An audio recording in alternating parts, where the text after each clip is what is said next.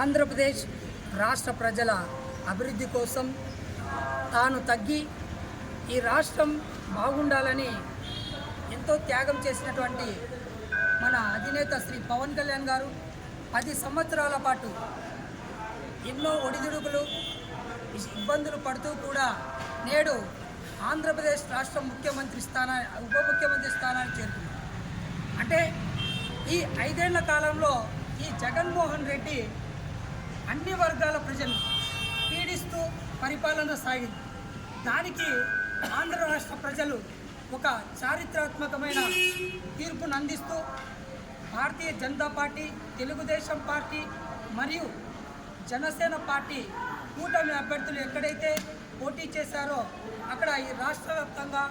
164 స్థానాల్లో విజయదుందుభి మోగించారు. ఈ సందర్భంగా ఆంధ్రప్రదేశ్ రాష్ట్ర ముఖ్యమంత్రిగా నారా చంద్రబాబు నాయుడు గారు మరియు ఆంధ్రప్రదేశ్ ఉప ముఖ్యమంత్రిగా మన అధినేత పవన్ కళ్యాణ్ గారు, భారత ప్రధాని 3వసారిగా మన నరేంద్ర మోడీ గారు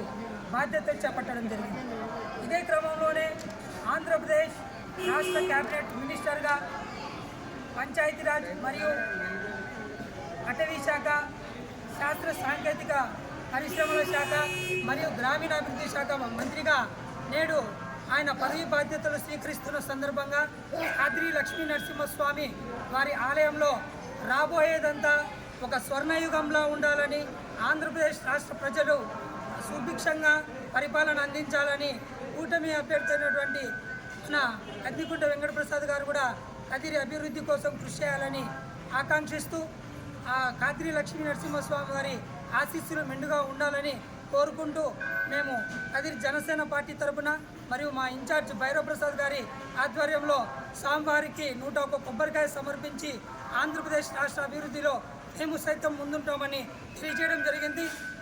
ఇదంతా ఇప్పుడు ఈ 5 ఏళ్ల పరిపాలన కాలం ఒక స్వర్ణయుగంగా ఆంధ్రప్రదేశ్ ప్రజలన్నీ